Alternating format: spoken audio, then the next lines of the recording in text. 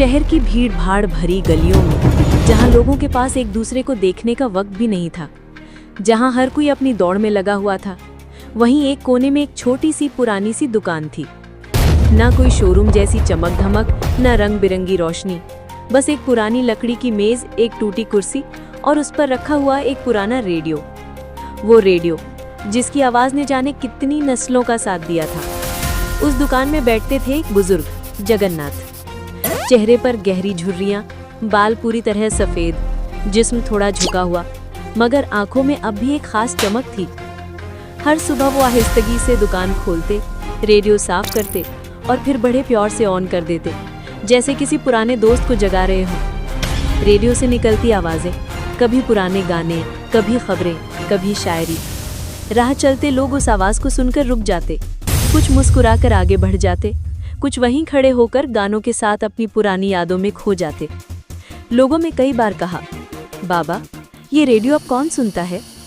मगर वो कहते, बेटा ये सिर्फ गाने नहीं बजाता, ये मेरी यादें जिंदा रखता है। ये मेरी जवानी की कहानियां हैं, मेरी बीवी की पसंदीदा धुनें, मेरे बच्चों की हंसी, ये सब अभी तक जिंदा है इसी रेडियो में। आहिस्ता आहिस्ता वो दुकान और जगन्नाथ का रेडियो पूरे इलाके की पहचान बन गया। चाहे लोग कितनी ही जल्दी में हो, मगर उस दुकान के सामने से गुजरते वक्त 2 मिनट के लिए जरूर रुकते। कोई अपनी माँ को याद करता, कोई अपने बचपन को और कोई अपने पुराने दोस्त को। जगन्नाथ के लिए वो रेडियो सिर्फ एक मशीन नहीं था, वो उनका साथी था।